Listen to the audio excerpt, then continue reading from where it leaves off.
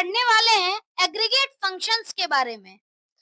अगर हम aggregate functions की बात करें तो ये होता क्या है?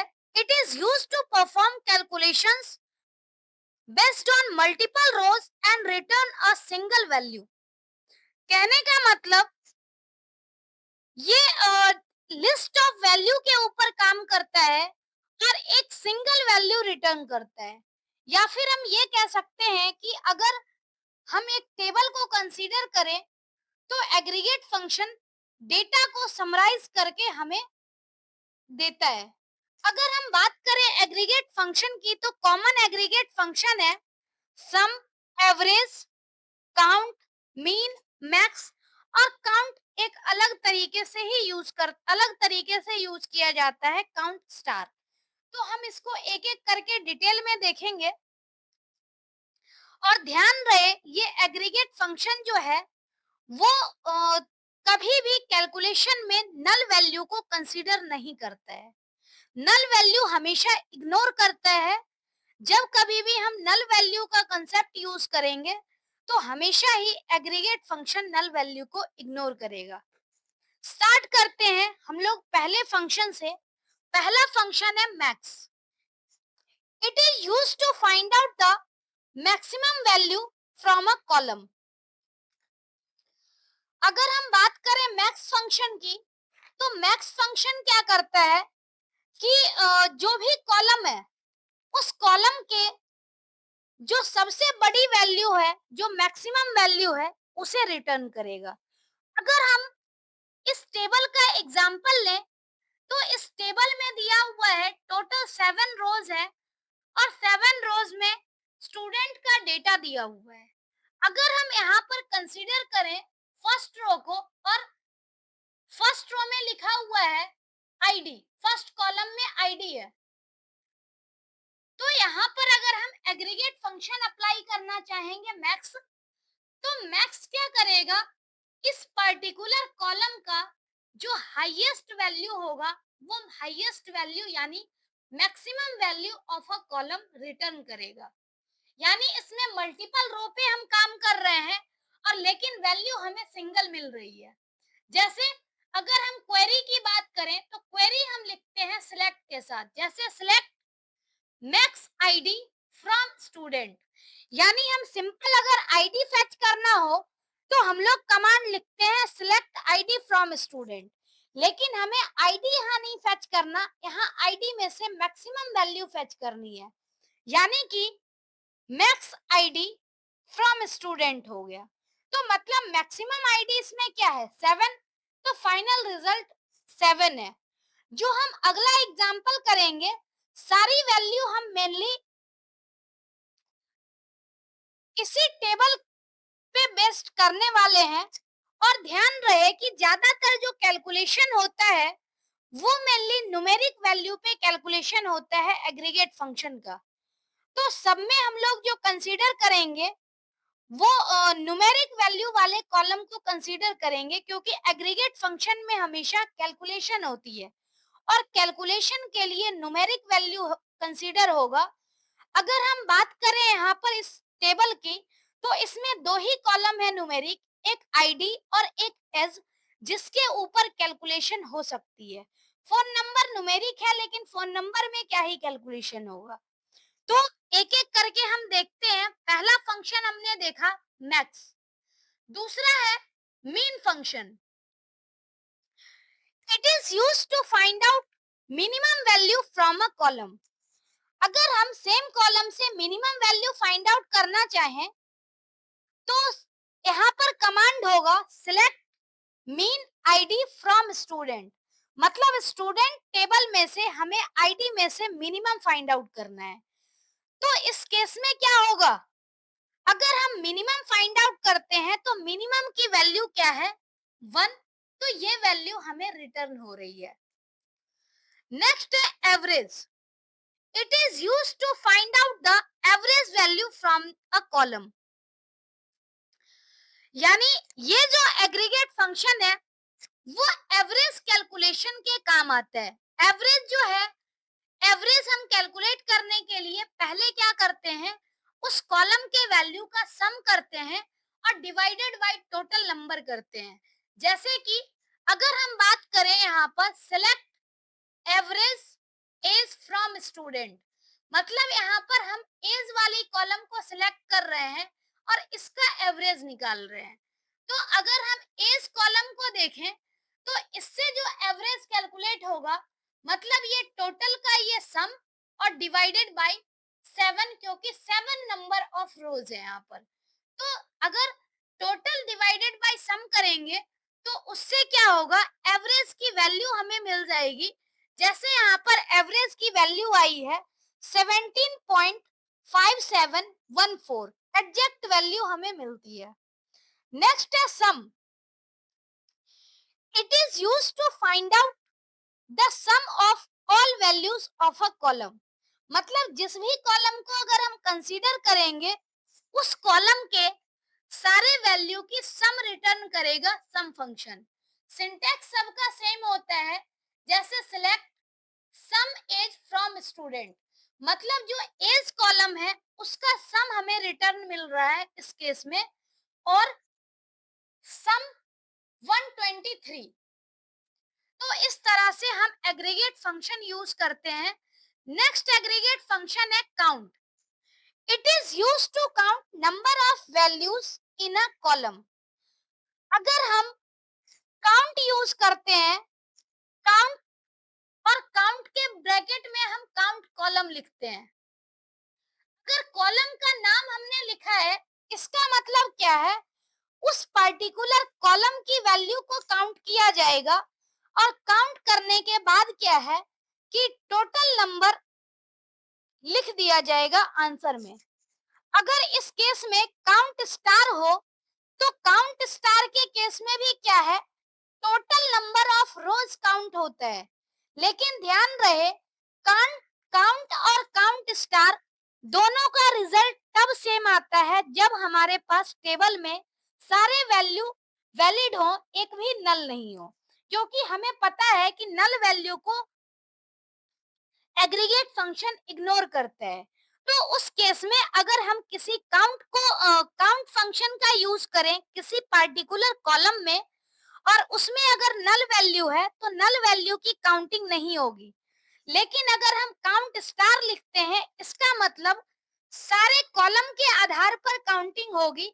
मतलब एक पर्टिकुलर अगर हम काउंट स्टार की बात करें तो काउंट स्टार में टोटल नंबर ऑफ रोज जो होता है उसके बराबर आंसर आता है, क्योंकि सारे कॉलम को अगर काउंट करेगा तो ऐसा नहीं होगा कि हर एक कॉलम में वैल्यू नल हो, क्योंकि टेबल में एक प्राइमरी की तो होती ही है जो कि नल नहीं होगी।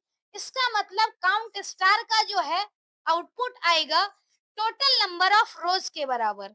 लेकिन हम काउंट कॉलम अगर हम लिखते हैं तो उससे क्या है, total number of not null value count करके और वो रिजल्ट आएगा। यहाँ पर कोई भी नल वैल्यू नहीं है तो इस केस में रिजल्ट 7 आ रहा है। Note, distinct keyword can be used with aggregate function to find out max, mean, sum, average, count of only unique value।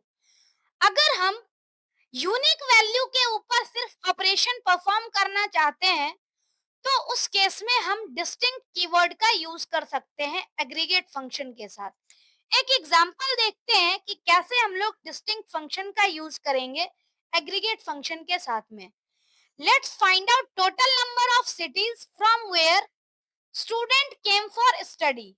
Here the more than one student is from same city, so we need to use distinct keyword along with count function।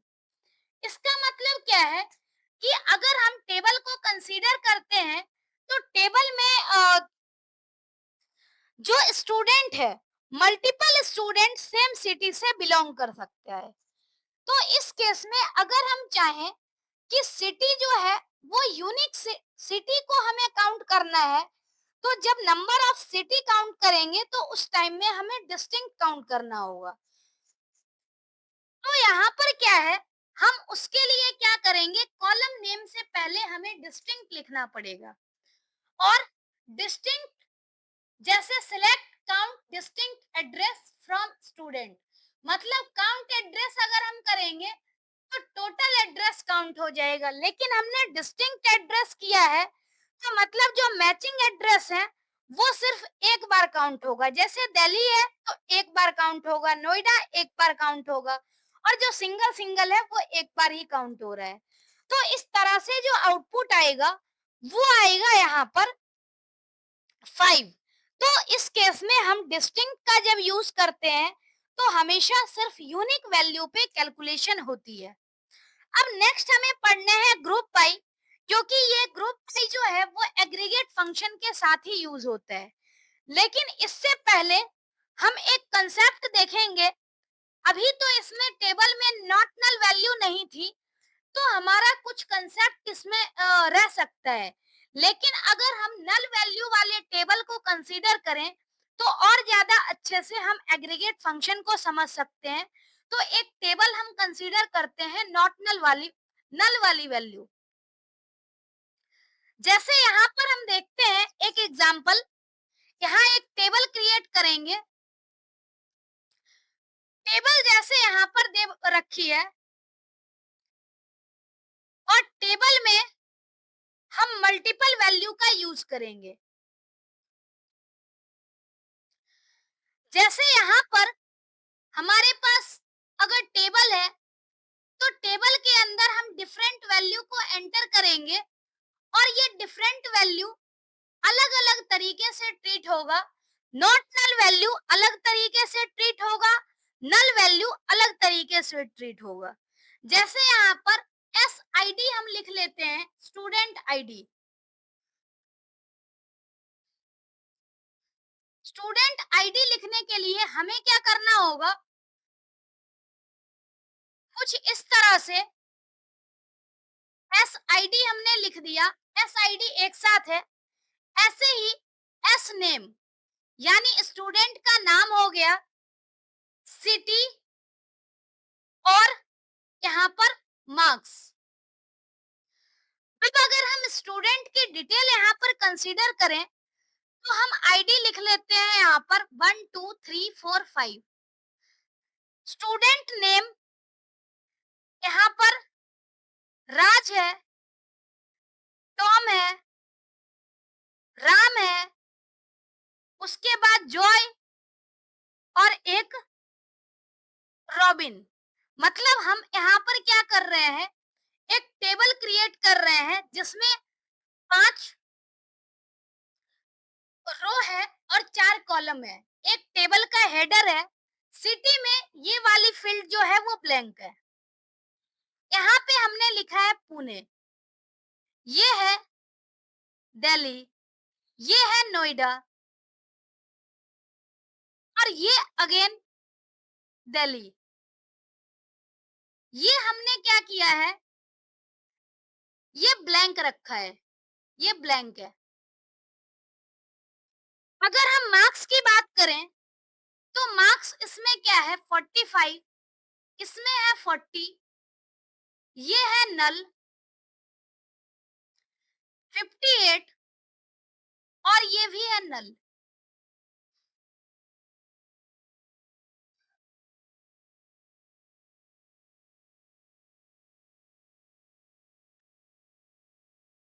जैसे अगर हम देखना चाहें तो इसको अलग colour में denote कर लेते हैं। ये वैल्यू हमारी नल है, ये वैल्यू भी नल है और ये वैल्यू ब्लैंक है। ये ब्लैंक वैल्यू है, इसमें हमने कुछ कंसीडर ही नहीं किया है, ये बिल्कुल एम्प्टी है।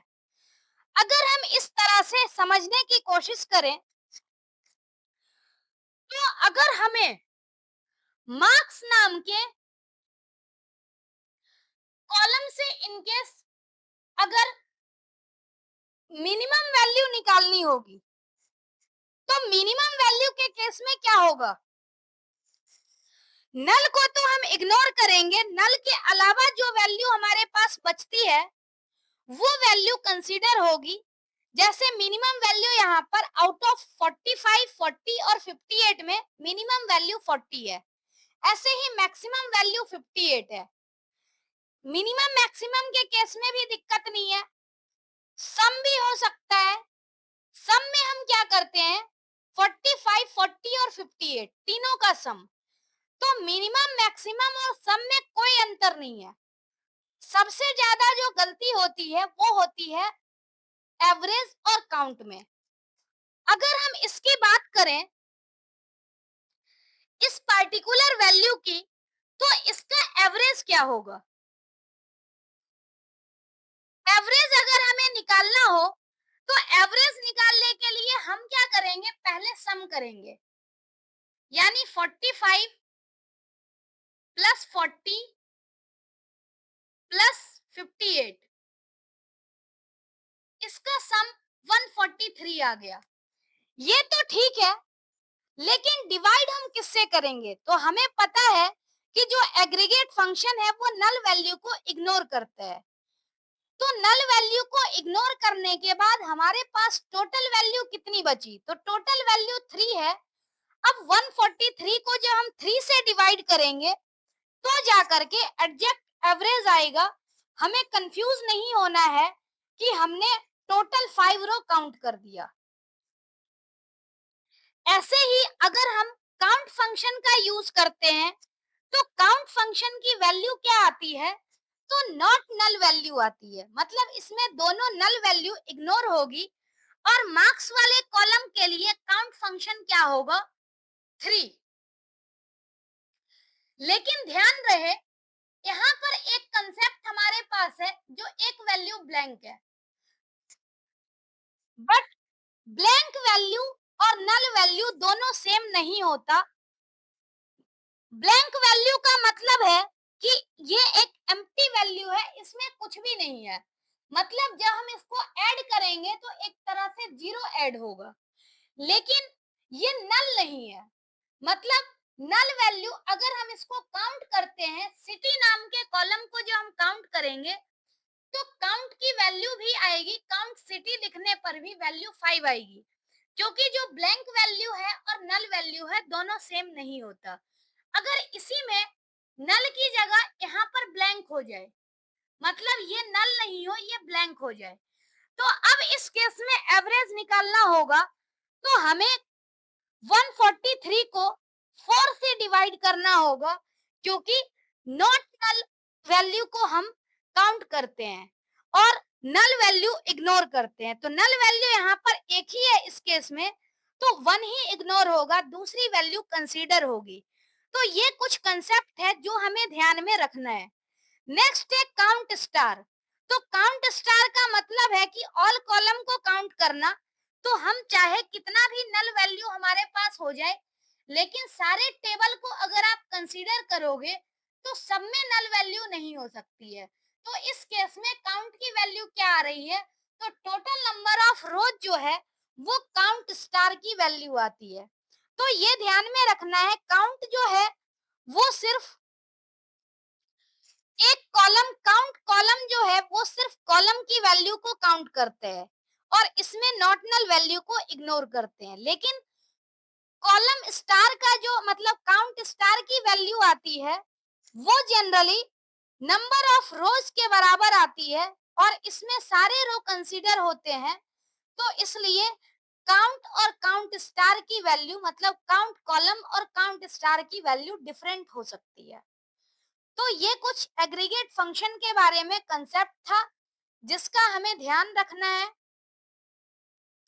नेक्स्ट नेक्स्ट कंसेप्ट जो है वो एग्रीगेट फंक्शन से ही रिलेटेड है, ग्रुप बाय और having.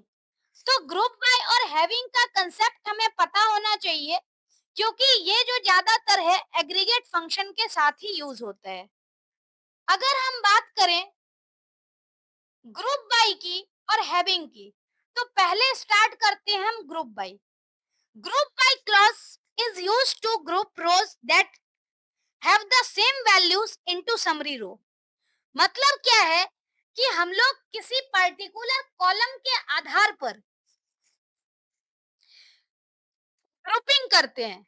Group by clause is often used with aggregate function like max, mean, sum, average and count to group the result by one or more column।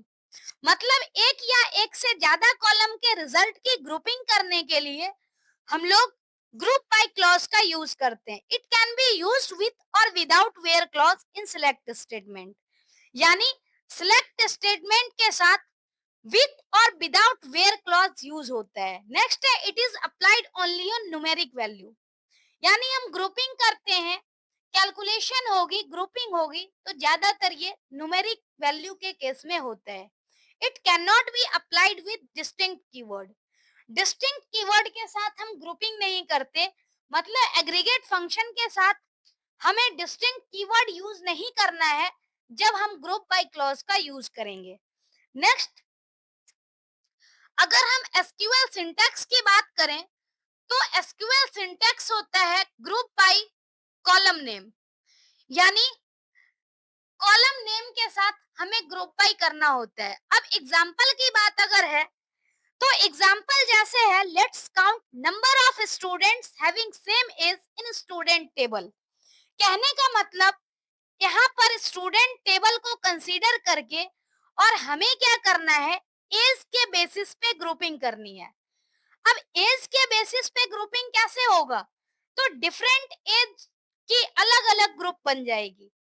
तो इस case में क्या है, अगर हमें एज वाइज ग्रुपिंग करनी है तो एक तो हमें काउंट करना है नंबर ऑफ स्टूडेंट, मतलब हमें काउंटिंग भी होनी चाहिए। दूसरा क्या है कि ये भी पता लगना चाहिए कि किस एज की कितनी काउंटिंग है।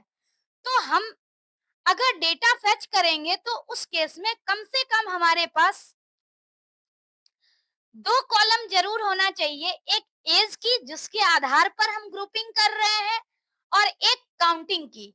तो काउंटिंग को हम स्टूडेंट काउंट या जो भी है कुछ अपना नाम भी दे सकते हैं एलियासिंग यूज करके। यहाँ सेम वही चीज किया हुआ है, जैसे select age comma count ID. मतलब एज हमें फेच करना है और काउंट क्या करना है, तो आईडी। यानी आईडी काउंट करने हैं, आईडी कॉलम काउंट करने हैं ताकि उसके आधार पे एज के आधार पे ग्रुपिंग हो जाए। Count ID as student count, मतलब क्या है, हमने कॉलम का नाम चेंज कर दिया एलियासिंग यूज करके। अब रिजल्ट में क्या आएगा, स्टूडेंट काउंट फ्रॉम स्टूडेंट, यानी स्टूडेंट टेबल से। ग्रुपिंग किस आधार पे करनी है, तो ग्रुप बाय एज। मतलब हमने जो क्वेरी लिखा है उस क्वेरी में क्या है, एज कॉलम को फेच करना है और काउंट करनी है आईडी को, लेकिन जो आना चाहिए रिजल्ट में वो आना चाहिए student count from student group by age. अब अगर टेबल की बात करें, रिजल्टेंट टेबल की, तो इसमें हमने एज लिखा है और स्टूडेंट काउंट। तो पहले एज की वैल्यू आ रही है फिर स्टूडेंट काउंट की, और हर एक एज का कितना कितना स्टूडेंट है वो हमें रिजल्ट में मिल रहा है। जैसे 16 ईयर का 1 स्टूडेंट है, 17 ईयर का 2 है, 18 का 3 है और 19 का 1 है। तो हम यहाँ देख पा रहे हैं कि हर एक एज ग्रुप को कंसीडर करें तो टोटल 7 स्टूडेंट यहाँ आ रहा है और ग्रुप वाइज इसकी काउंटिंग हो गई। तो इस तरह से हमें जब ग्रुपिंग करना होता है तो हम ग्रुप बाय क्लॉज का यूज करते हैं। अब कई बार ऐसा भी होता है कि इसी ग्रुप में हमें कुछ कंडीशन लगाना हो। यहाँ तो हमने कह दिया कि ग्रुप वाइज काउंटिंग कर लो, लेकिन हमें क्या चाहिए कि ऐसे स्टूडेंट की सिर्फ काउंटिंग चाहिए जिसका एज जो है वो 18 हो। तो इस केस में हम क्या करेंगे, हमें काउंटिंग तो सबकी करनी है, ग्रुपिंग करनी है, काउंटिंग करनी है, लेकिन उसके साथ हमें स्पेसिफिक कंडीशन लगाना होगा कि सिर्फ 18 एज वाले का डेटा फेच हो। तो इस तरीके से हम फिर उस केस में क्या कर सकते हैं, हैविंग क्लॉज का यूज करते हैं, और हैविंग क्लॉज का यूज होता है कंडीशन देने के लिए ग्रुप बाय के साथ। वेयर क्लॉज का यूज करते हैं जब हमें सिंगल कंडीशन देना हो, सिंगल रो पर कंडीशन देना हो, और हैविंग का यूज करते हैं जब हमें ग्रुप बाय के साथ कंडीशन देनी हो। तो हम अगला कंसेप्ट देखते हैं, दूसरा एग्जांपल भी दे रखा है, let's city wise find out the maximum value of ID. अब पहले पहले हमने एज वाइज ग्रुपिंग करी थी, इस टाइम में हम क्या कर रहे हैं, एड्रेस वाइज ग्रुपिंग कर रहे हैं। और इसमें से एड्रेस वाइज ग्रुपिंग करके हमें उसकी मिनिमम आईडी निकालनी है। इसका मतलब क्या है, एड्रेस वाइज ग्रुपिंग करनी है, यानी डेटा फेच करने में एक कॉलम हमारा एड्रेस होना चाहिए और दूसरी आईडी होनी चाहिए, और आईडी में हम मिनिमम वैल्यू फाइंड आउट कर रहे हैं, यानी mean ID from student group bye address. अब इस केस में क्या होगा, एड्रेस वाइज ग्रुपिंग हो जाएगी और उसके करस्पॉन्डिंग जो भी मिनिमम आईडी होगी वो आईडी रिटर्न होगा। जैसे दिल्ली और नोएडा, इस केस में क्या है, मल्टीपल डेटा हमारे पास था तो मिनिमम वाली आईडी यहाँ पर फेच हो गई है। लेकिन जयपुर, सोनीपत और गुरुग्राम के केस में हमारे पास एक एक स्टूडेंट ही था, तो वही मिनिमम है, वही मैक्सिमम है। तो इस तरह से एड्रेस और मिनिमम आईडी फेच हो चुकी है। अगर इसी रिजल्ट सेट के ऊपर हम कंडीशन अप्लाई करना चाहते हैं, तो कंडीशन अप्लाई करने के लिए हम हैविंग क्लॉज का यूज करते हैं। It is used to filter the result set of group by clause in select statement. मतलब हमें ग्रुप पाई पे कोई कंडीशन देना हो तो उसके लिए हैविंग यूज करते हैं। To filter result set of group by clause, only having clause can be used, whereas for all other query where clause is used। ये चीज मैंने बताया था कि जब हमें सिंगल क्वेरी सिंगल रो पे कंडीशन अप्लाई करनी है तो वेयर यूज करते हैं। अगर हमें ग्रुप पे कोई कंडीशन अप्लाई करनी होती है तो वहां पर हैविंग यूज करते हैं। अब जैसे यहाँ पर एग्जांपल देखें, select count ID as number of student. मतलब हमने क्या किया है कि स्टूडेंट की ग्रुपिंग करनी है हमें एज वाइज, और एज वाइज ग्रुपिंग करके हर एक एज में टोटल नंबर ऑफ स्टूडेंट हमें फाइंड आउट करने हैं। मतलब क्या है, हम आईडी को काउंट कर रहे हैं एज नंबर ऑफ स्टूडेंट।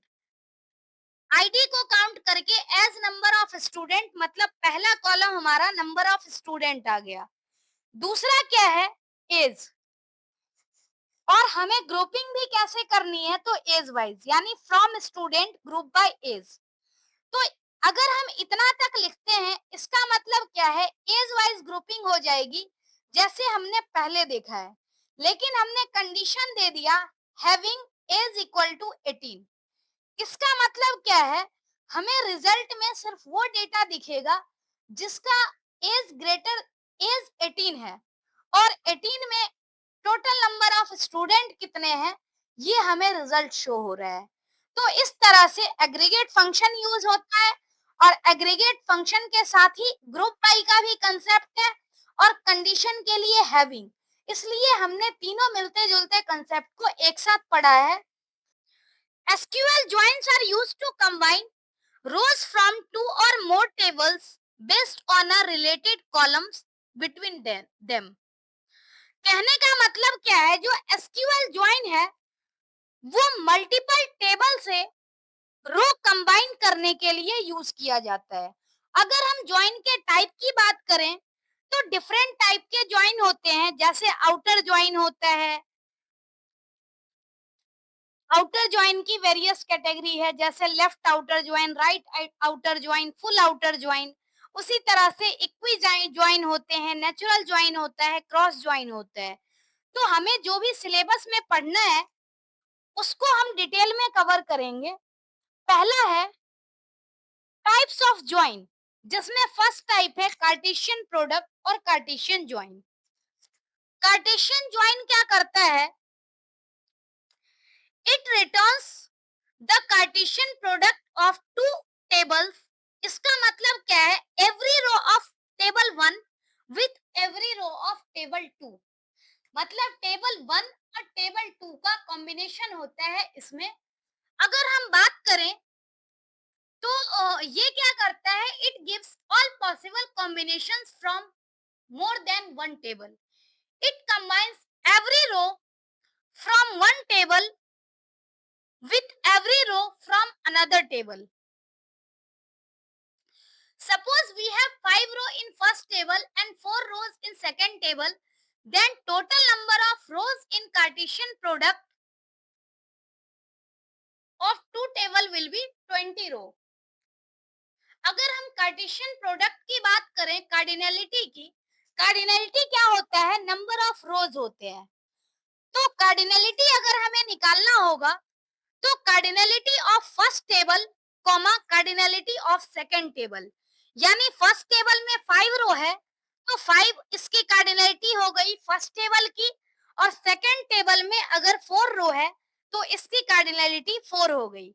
मतलब रिजल्टेंट टेबल में जो कार्डिनलिटी होगी वो total 5 into 20, it means 5 into 4 it means 20 होगी। जैसे अगर हम बात करें एक एग्जाम्पल का, we have two tables student and awards. अगर हम इस टेबल पे कार्टेशियन प्रोडक्ट अप्लाई करना चाहें तो कैसे करेंगे, ये चीज हम डिटेल में देखते हैं। अगर हम इस एग्जाम्पल को कंसीडर करें तो ये एक स्टूडेंट और अवार्ड नाम का टेबल है, उसका कार्टेशियन प्रोडक्ट है। अगर हम बात करें इसके कंसेप्ट की, तो स्टूडेंट नाम का जो टेबल है, स्टूडेंट नाम के टेबल में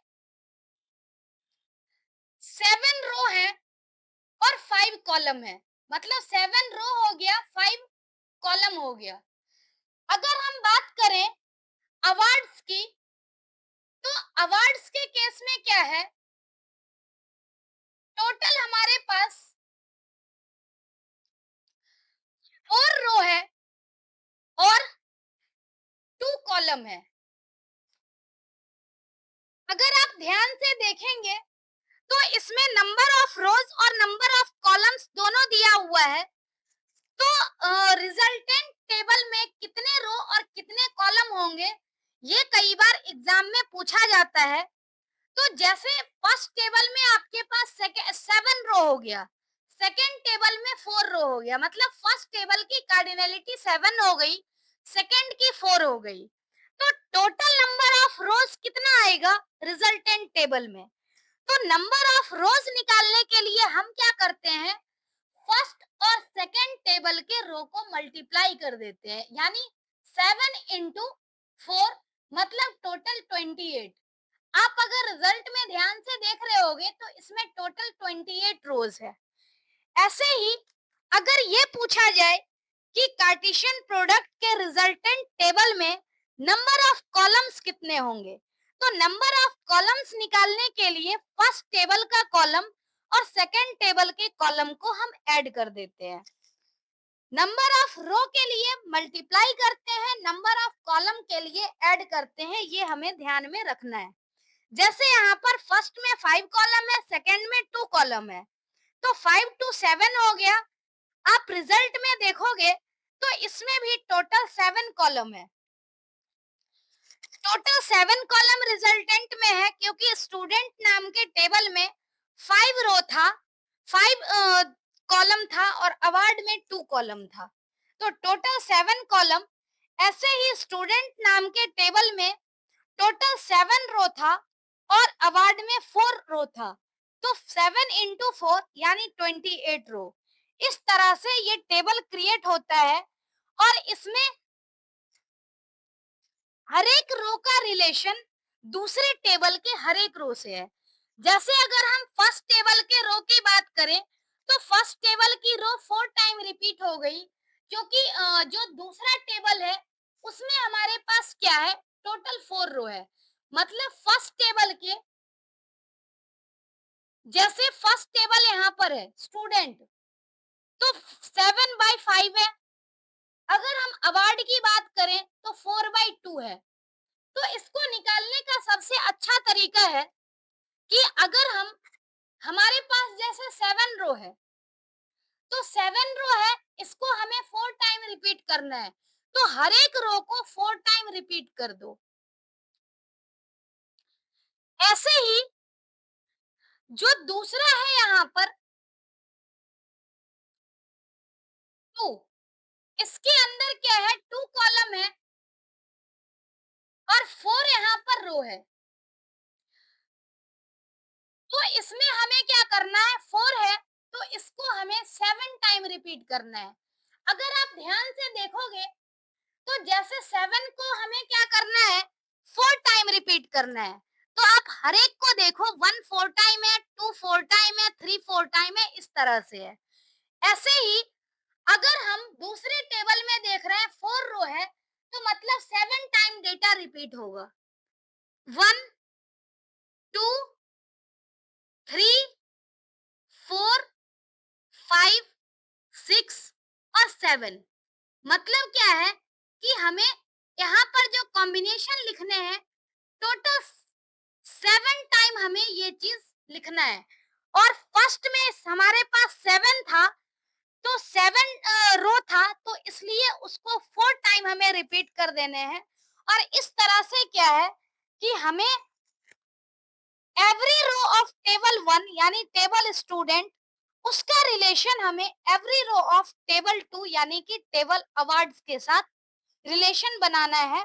इससे क्या होगा, क्रॉस ज्वाइन कैलकुलेट होकर के आएगा और टोटल नंबर ऑफ रो कितने होंगे, टोटल नंबर ऑफ कॉलम कितने होंगे, ये हमने ऑलरेडी देख लिया। नेक्स्ट है एक इंपॉर्टेंट और कंसेप्ट, मतलब नेक्स्ट ज्वाइन है इक्वी ज्वाइन। इक्वी ज्वाइन क्या करता है, it joins the tables based on one common column. However, the final result will consist of common column from both the table. उससे पहले हम एक देख लेते हैं कार्टेशियन ज्वाइन लिखने का जो तरीका है वो कैसे है। सिंपली जिस तरह से हम सिलेक्ट कमांड यूज करते हैं, तो सिलेक्ट कमांड यूज करके क्या है कि हम स्टूडेंट और अवार्ड दोनों से डेटा को हम सिलेक्ट कर रहे हैं, तो हमें क्या करना है, स्टूडेंट और अवार्ड को कॉमा सेपरेटेड बस लिखना है। इससे इसके अलावा हमें कोई कंडीशन देने की जरूरत नहीं है, क्योंकि यहाँ पर क्या है, हर एक डेटा का हर एक डेटा के साथ मतलब दूसरे टेबल के डेटा के साथ रिलेशन बन रहा है। अगर इक्वी ज्वाइन की बात करें तो इक्वी ज्वाइन जो है वो कॉमन टेबल कॉमन कॉलम के बेस पर ज्वाइन होता है और इसमें जो कॉमन कॉलम है वो दोनों टेबल का कॉलम फाइनल रिजल्ट में भी शो होता है। जैसे अगर हम बात करें एग्जाम्पल की, तो we have two tables student and awards, let's apply equi join on this two tables. अगर हम इसमें इक्वी ज्वाइन की बात करें तो पहले तो हम सिंटैक्स देख लेते हैं कि इक्वी ज्वाइन का क्या सिंटैक्स है। तो इसमें हमें पता होना चाहिए कि हम हर एक टेबल से एक कॉमन कॉलम को कंसीडर करेंगे जो हमें कंडीशन में लिखना हो। यानी कॉमन कॉलम जब तक मैच नहीं करेगा तब तक इक्वी ज्वाइन नहीं होगा। ऐसे ही नेचुरल ज्वाइन के केस में भी है कि कॉमन कॉलम मैच होने चाहिए।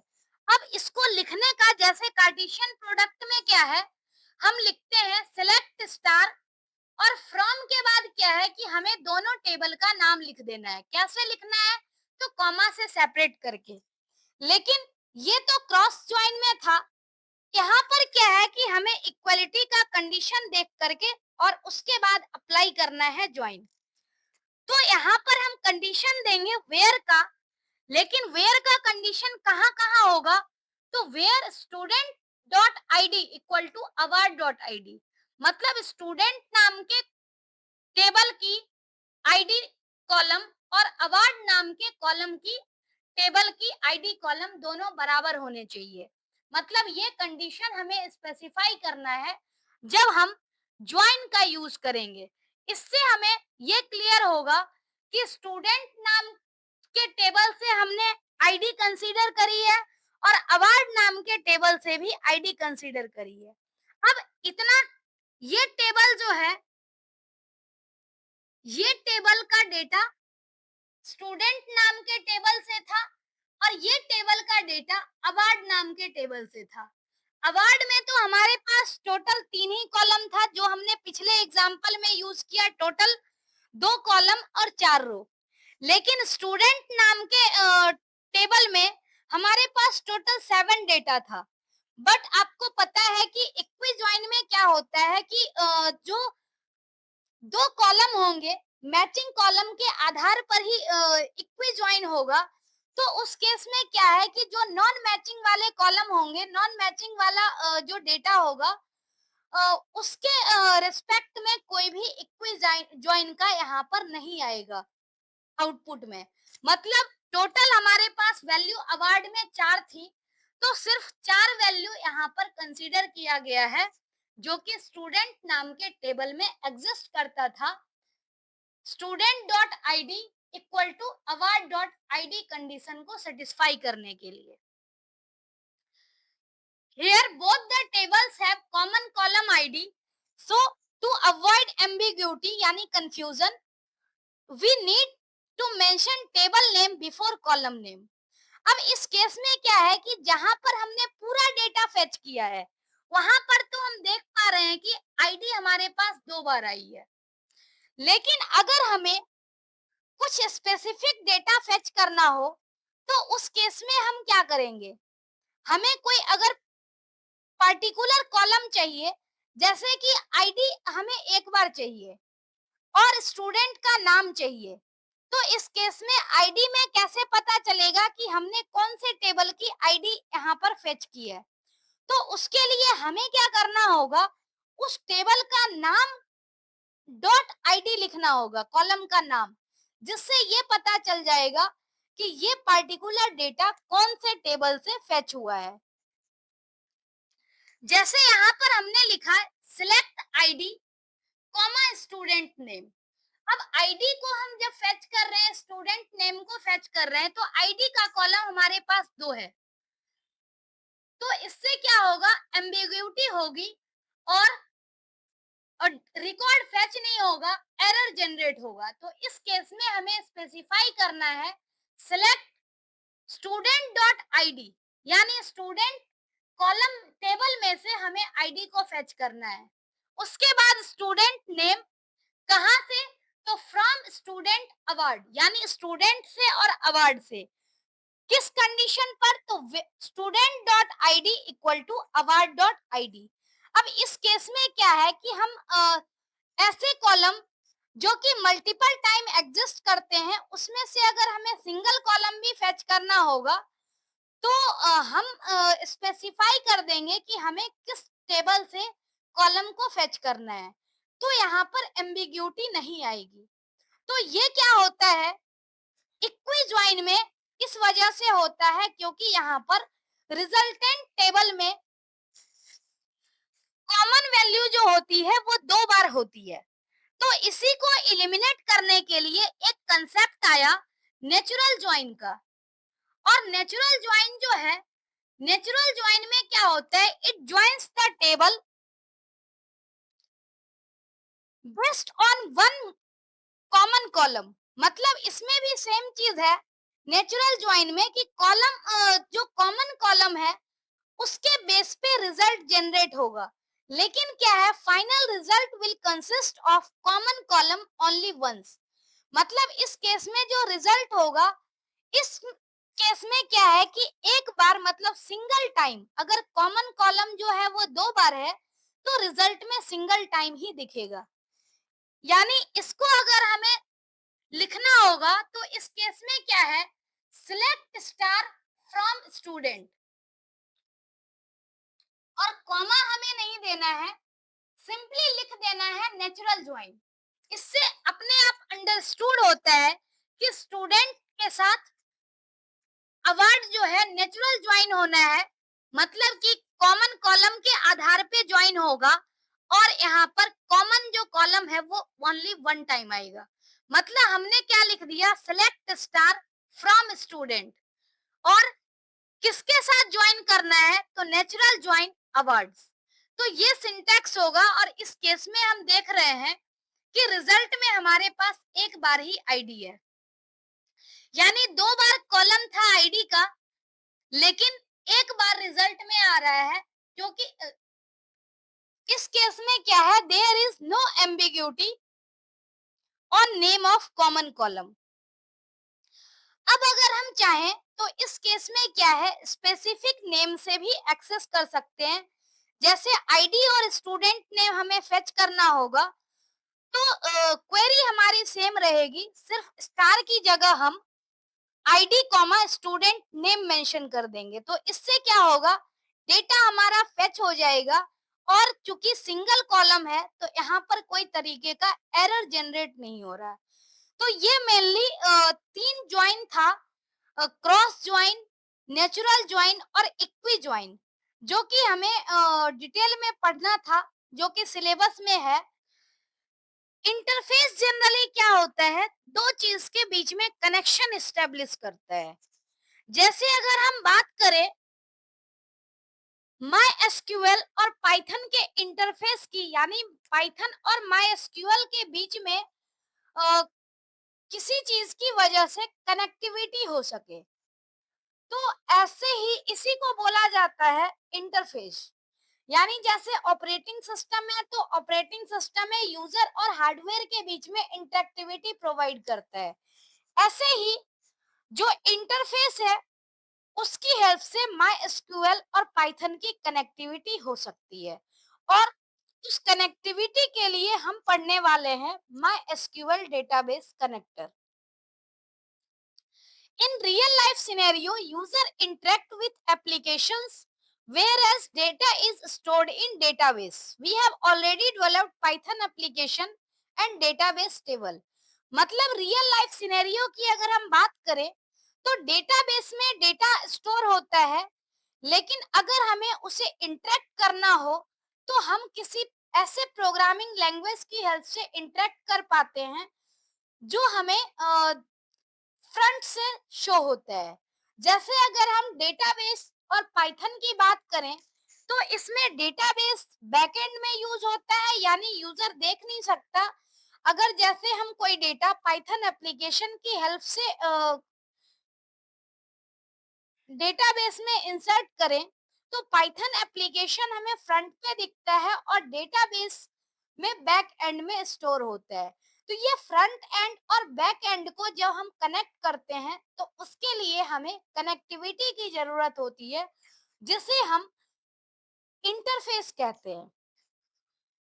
अगर हम इंटरफेस की बात करें, कैसे हम MySQL इंटरफेस का यूज करते हैं, तो उसके लिए हमारे पास कुछ स्टेप्स है, जिसका एक एक करके हम डिस्कशन करेंगे। जैसे पहला स्टेप्स है, steps for creating Python and MySQL connectivity application. मतलब पाइथन और MySQL के बीच में कनेक्टिविटी कौन प्रोवाइड करता है, तो इंटरफेस है। इंटरफेस क्रिएट होता है, सबसे पहला स्टेप है import mysql डॉट कनेक्टर। यानी इसमें हम क्या करते हैं, mysql कनेक्टर को इंपोर्ट करते हैं। कहने का मतलब, जो mysql डॉट कनेक्टर क्लास है, इसमें mysql कनेक्टिविटी से संबंधित जितनी भी फंक्शंस है, वो डिफाइंड है। तो उस केस में क्या है, हमें अगर उस फंक्शन को यूज करना होगा, तो mysql डॉट कनेक्टर क्लास को इंपोर्ट करना होगा। यानी MySQL डॉट कनेक्टर इंपोर्ट करने का स्टेप फर्स्ट स्टेप है। जैसे ही हम MySQL डॉट कनेक्टर को इंपोर्ट कर लेंगे, नेक्स्ट स्टेटमेंट है create a connection. Create a connection यानी कनेक्शन क्रिएट करने के लिए हमें क्या करना होगा, कनेक्शन ऑब्जेक्ट। कनेक्शन ऑब्जेक्ट लिखना होगा, और ये कनेक्शन ऑब्जेक्ट क्या है, तो एक वेरिएबल है जिसमें हम लोग डेटा को स्टोर कर रहे हैं, जो कनेक्टिविटी के बाद डेटा कनेक्ट होगा, उसको हमें कनेक्शन ऑब्जेक्ट में स्टोर करना होगा, ताकि जो भी हमें अगला ऑपरेशन परफॉर्म करना है, वो कनेक्शन ऑब्जेक्ट की हेल्प से परफॉर्म कर सके। तो हमने जैसे देखा कि MySQL डॉट कनेक्टर नाम की क्लास को हम यूज कर रहे हैं, और उसके अंदर मेथड है कनेक्ट। यानी क्रिएट कनेक्शन के लिए, कनेक्शन क्रिएट करने के लिए हमें MySQL डॉट कनेक्टर क्लास का कनेक्ट मेथड यूज करना होगा। कनेक्ट मेथड यूज करने के लिए डिफरेंट पैरामीटर हैं, जैसे कि होस्ट, इसमें लोकल होस्ट आएगा, यूजर यानी यूजर नेम, पासवर्ड और database equal to database name. Password में पूरा पासवर्ड हम नहीं लिखते हैं, PASSWD। तो ये चार हमारे पास पैरामीटर है, होस्ट, यूजर, पासवर्ड और डेटाबेस। इसका यूज करके हम कनेक्शन ऑब्जेक्ट में वैल्यू स्टोर कर सकते हैं। अगर हमें यूजर नेम ना पता हो तो यूजर नेम पता करने के लिए हम लोग यहाँ पर एक कमांड यूज करेंगे, select user. User select user command अगर हम रन करेंगे तो इससे क्या होगा, हमें पता चल जाएगा कि यूजर का नाम क्या है। नेक्स्ट है, अगर पासवर्ड की बात करें तो पासवर्ड क्या होगा। इस केस में पासवर्ड, जब हम पाइथन माइस्क्यूएल इंस्टॉल करते हैं तो माइस्क्यूएल इंस्टॉल करने टाइम में हमें पासवर्ड सेट करना होता है, और अगर हम पासवर्ड को ब्लैंक रखते हैं तो हम बिना पासवर्ड के डेटाबेस के साथ कनेक्टिविटी कर सकते हैं।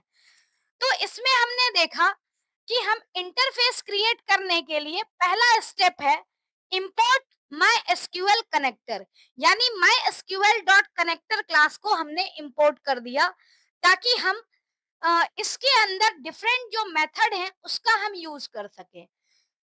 इसमें सबसे पहले हमने यूज किया कनेक्शन क्रिएट करने के लिए कनेक्ट मेथड, जिसमें चार पैरामीटर है, होस्ट, यूजर, पासवर्ड और डेटाबेस।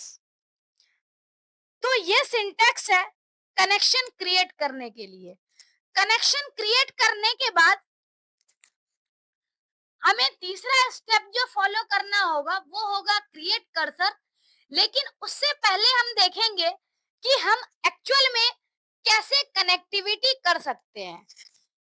तो उसके लिए पाइथन कोड है, जैसे पाइथन कोड यहाँ पर है इंपोर्ट माई डॉट कनेक्टर, यानी हमने माई डॉट कनेक्टर क्लास को इंपोर्ट किया। अब यहाँ पर कौन क्या है, तो डेटाबेस ऑब्जेक्ट है, कनेक्टिविटी ऑब्जेक्ट है।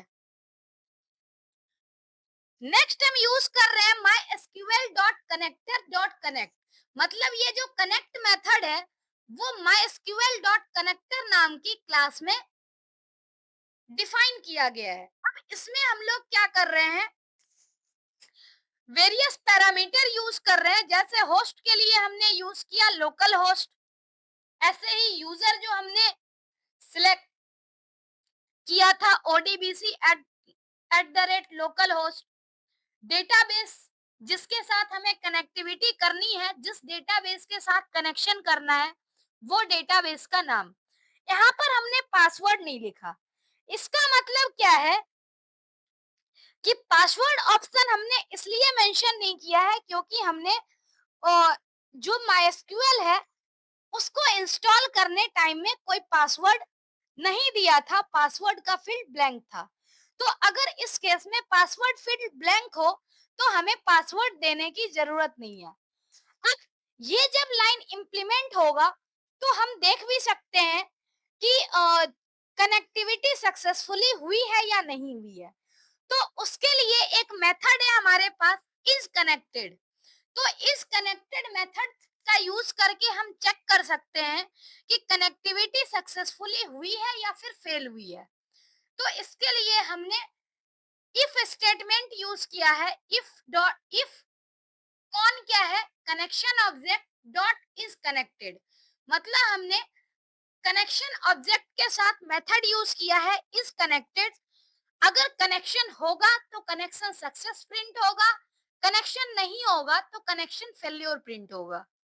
तो इस तरह से हम पाइथन कोड लिख सकते हैं, यानी फर्स्ट और सेकंड स्टेटमेंट के लिए हमने पाइथन कोड लिखा।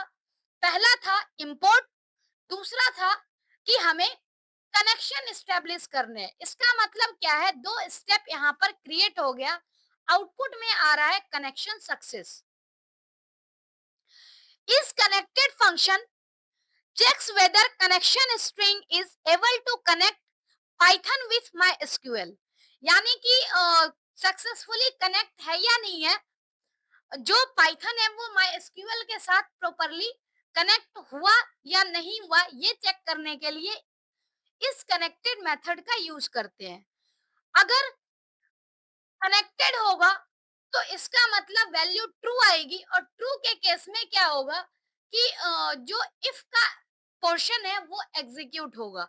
अगर फॉल्स होता तो फॉल्स के केस में इल्स पार्ट एग्जीक्यूट होता। तो इस तरह से हमने दो स्टेप्स को सीखे हैं। नेक्स्ट स्टेप यहाँ पर है create a cursor. Create cursor, इससे पहले हम ये जानते हैं कि कर्सर क्या होते हैं। कर्सर क्या है? Cursor is a pointer which point towards the result set of SQL query। मतलब कर्सर एक ऐसा पॉइंट है जो कि एसक्यूएल क्वेरी के रिजल्ट सेट के टुवर्ड्स पॉइंट करता है। मतलब यहाँ पर हम लोग कभी भी whenever a SQL query runs it gives the entire result set in one go। मतलब जब कभी भी हम लोग रिजल्ट क्वेरी एग्जीक्यूट करते हैं, क्वेरी रन करते हैं, तो इंटायर रिजल्ट हमें वन गो में मिलता है। हमें इंटायर रिजल्ट सेट को, अगर जैसे क्या है, इंटायर रिजल्ट सेट अगर हमें एक बार में नहीं चाहिए तो उसके लिए हम क्या करते हैं, कर्सर को क्रिएट करते हैं और जो रिजल्ट सेट का डेटा है वो स्टोर हो जाता है और एक एक करके एज पर रिक्वायरमेंट हम इसको फेच कर सकते हैं। कहने का मतलब क्या है कि अगर कर्सर ना हो तो इस केस में सारा रिजल्ट हमें वन गो में मिलता है। लेकिन अगर हम कर्सर यूज कर रहे हैं तो हम अपनी रिक्वायरमेंट के हिसाब से रो को फेच कर सकते हैं। अगर हम सिंटैक्स की बात करें तो सिंटैक्स होता है cursor object equal to connection object dot cursor. यानी कर्सर मेथड हम यूज करते हैं। कर्सर मेथड का यूज करके हम अपनी रिक्वायरमेंट के हिसाब से रिजल्ट सेट को फेच कर सकते हैं। अब यहाँ पर नेक्स्ट क्या है, एग्जीक्यूट क्वेरी। एग्जीक्यूट क्वेरी का मतलब है कि हमें क्वेरी जब एग्जीक्यूट करनी है तो उसके लिए क्या सिंटैक्स होगा।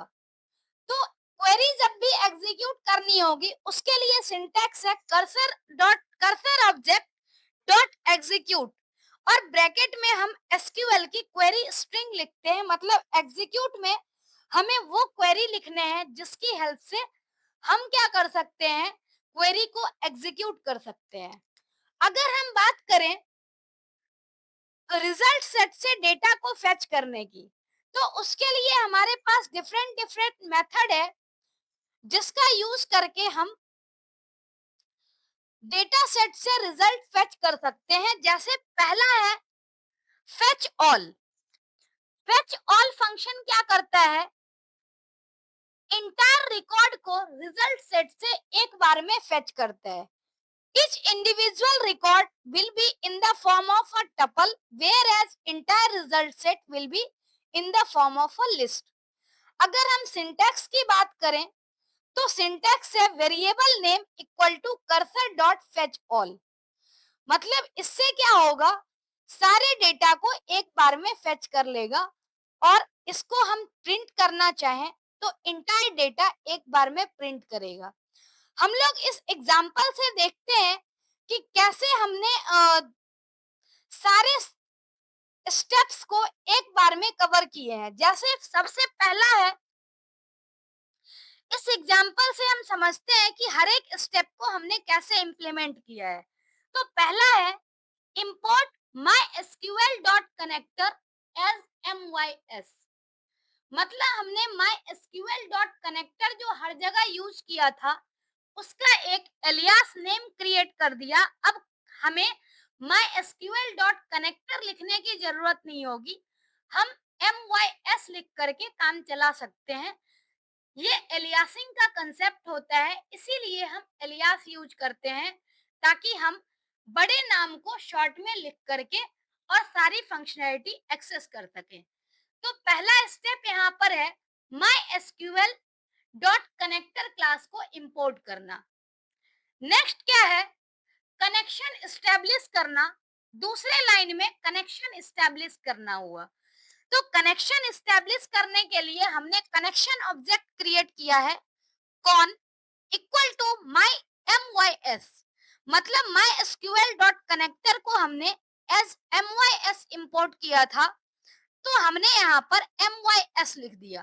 तो इसमें क्या है, कनेक्ट क्लास, कनेक्ट फंक्शन हम यूज करेंगे कनेक्शन स्टैब्लिश करने के लिए, और इसकी पैरामीटर है होस्ट, यूजर और डेटाबेस, जिसमें हम वैल्यू देंगे, पासवर्ड नहीं दे रहे हैं क्योंकि हमने डेटाबेस क्रिएट करने टाइम में कोई भी पासवर्ड को, जो माइस्क्यूएल इंस्टॉल हो रहा था उस टाइम में हमने किसी पासवर्ड को सेट नहीं किया था। नेक्स्ट है कर्सर क्रिएट करना। तीसरा स्टेप क्या होता है कि क्रिएटिंग कर्सर। तो कर्सर क्रिएट करने के लिए हमने क्या किया है, कर्सर ऑब्जेक्ट क्रिएट किया है CUR equal to con dot cursor, मतलब cursor object equal to connection object dot cursor, मतलब इससे क्या हुआ, कर्सर क्रिएट हो गया। अब नेक्स्ट में क्या है कि हम जिस एसक्यूएल क्वेरी को एग्जीक्यूट करना चाहते हैं उसको हमने वेरिएबल में स्टोर कर दिया। हम चाहे तो डायरेक्ट इसको एग्जीक्यूट के ब्रैकेट में भी लिख सकते हैं। तो यहाँ पर हमने लिखा है select star from student. Next है B equal to cursor object dot execute, यानी हमने क्या किया, कर्सर ऑब्जेक्ट का यूज करके क्वेरी को एग्जीक्यूट किया है। कौन सी क्वेरी एग्जीक्यूट की, तो ए, और ए का मतलब है सिलेक्ट स्टार फ्रॉम स्टूडेंट, यानी इसमें क्या है, एसक्यूएल क्वेरी एग्जीक्यूट हो रही है कर्सर के साथ। नेक्स्ट क्या है, C equal to CUR dot fetch all, मतलब इस केस में क्या है कि वैसे तो हम अपनी रिक्वायरमेंट के हिसाब से क्या करते हैं, जब कर्सर क्रिएट करते हैं तो एक एक करके डेटा सेट को फेच करते हैं, लेकिन यहाँ पर हमने क्या किया है, फेच ऑल यूज किया है, तो इंटायर डेटा सेट एक बार में हमें रिजल्ट शो होगा। p equal to CUR dot fetch all, मतलब हमने c नाम के एक वेरिएबल में स्टोर कर दिया कर्सर ऑब्जेक्ट जो कि CUR डॉट फेच ऑल ये फंक्शन। अब जैसे ही फेच ऑल फंक्शन एग्जीक्यूट होगा इसका डेटा स्टोर हो जाएगा सी नाम के वेरिएबल में। फिर नेक्स्ट में दिया हुआ है प्रिंट स्टेटमेंट। प्रिंट स्टेटमेंट की हेल्प से क्या होगा कि जो सी में वेरिएबल स्टोर किया गया था फेच डेटा सेट, वो फेच डेटा सेट प्रिंट हो जाएगा। और लास्ट में लास्ट स्टेप है ये सारे स्टेप के बाद कि कनेक्शन क्लोज करना। तो उसके लिए हम क्या करते हैं, कनेक्शन ऑब्जेक्ट डॉट क्लोज लिखते हैं, यानी कनेक्शन क्लोज करना। अब यहाँ पर क्या है, हम जो प्रिंट कर रहे हैं तो प्रिंट करने के बाद क्या है, फेच ऑल जो है वो हर एक इंडिविजुअल रिकॉर्ड को टपल के फॉर्म में दे रहा है, यानी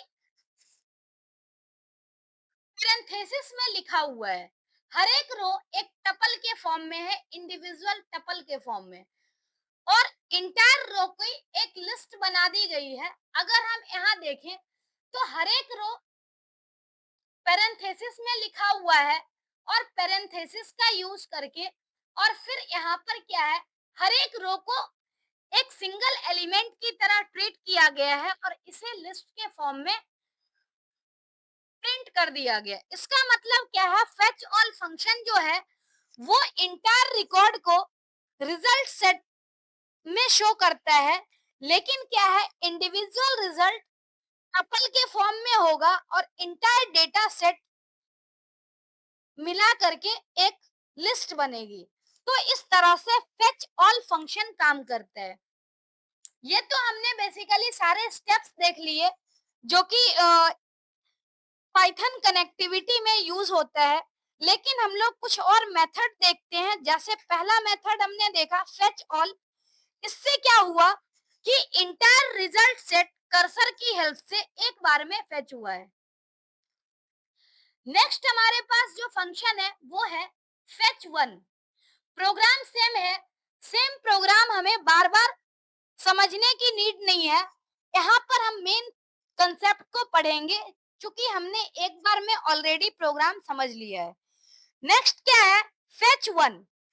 फेच वन फंक्शन क्या करता है, it returns one row from result set in the form of a tuple. मतलब इस केस में क्या होता है, अगर हम फेच वन फंक्शन का यूज करते हैं तो फेच वन फंक्शन के केस में क्या होगा, एक बार में एक रो एक्सेस होगा in the form of tuple. It returns none if no more records are there. अगर एक रिकॉर्ड नहीं होगा तो उस केस में रिटर्न वैल्यू जो है वो नन रिटर्न होगा। To get multiple rows we need to run fetch one multiple times. अगर हमें मल्टीपल रो चाहिए, एक एक करके मल्टीपल रो अगर हमें एक्सेस करना होगा तो उसके लिए हम फेच वन फंक्शन को मल्टीपल टाइम रन करेंगे। प्रोग्राम में सारी चीजें सेम है, सिर्फ ये लाइन डिफरेंट है। c equal to cur dot fetch one. हमने यहाँ पर वेरिएबल नेम लिखा है सिंटैक्स में equal to cursor dot fetch one. ये सिंटैक्स है फेच वन मेथड का और वही हमने यूज किया है। c जो है वेरिएबल है, इक्वल टू cur यानी कर्सर डॉट फेच वन। इससे क्या होगा, एक एक करके जो रिजल्ट होगा वो एक्सेस होगा किस फॉर्म में, तो टपल के फॉर्म में। मतलब वन टाइम में वन रो। अगर हमें मल्टीपल रो एक्सेस करने हैं तो एक एक करके हमें multiple times fetch one function को एग्जीक्यूट करना होगा। नेक्स्ट है फंक्शन फेच मैनी। जैसा कि नाम से पता चल रहा है कि फेच मैनी फंक्शन है, वो n नंबर ऑफ रिकॉर्ड जो है वो फेच करता है। n नंबर ऑफ रिकॉर्ड, इस केस में हमें क्या करना होता है, n की वैल्यू देनी होती है।